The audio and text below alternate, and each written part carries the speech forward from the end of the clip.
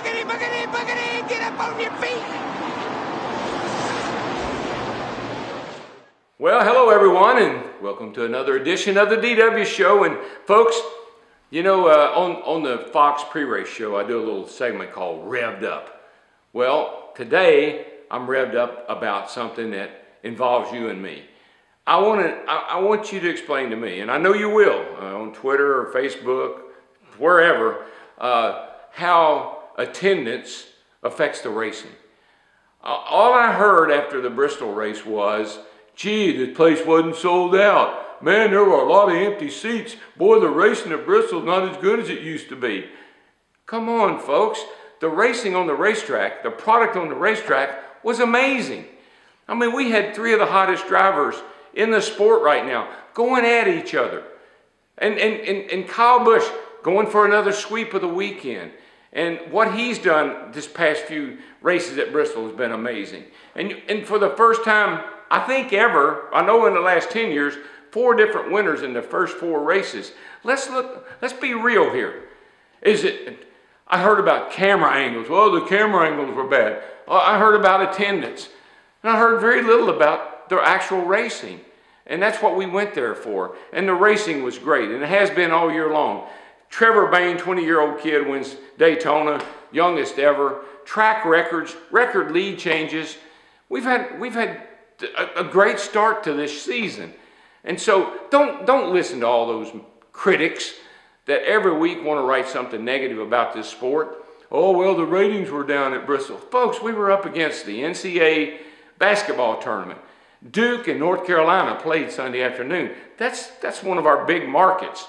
So we kind of knew we were going to take a little bit of a hit there. We had an off weekend. That off weekend killed us. I knew it would. I felt like it would. And so that's part of the reason why the ratings were off maybe a skosh, and they'll be okay. We're still up like 10% or 20% over last year. The attendance was down. Just think about your own personal life. Gas is pushing $4 a gallon. I mean, how many families right now are cutting back on their travel, cutting back on driving, carpooling, whatever, because of the cost of fuel? I mean, it's skyrocketed, and that affects attendance. And hotel rooms. I had one guy tell me if he and his family went to Bristol for the weekend, drove a couple of 100 miles, drove there, bought hotel rooms, tickets, the whole 9 yards, he spent $1,000 in a weekend. Look, I can't fix that, okay? The cost of the fuel is what it is. Hotels, yeah, I know they gouge people, and when the racetracks try to help them try to work in the community to get them to lower the rates for NASCAR fans.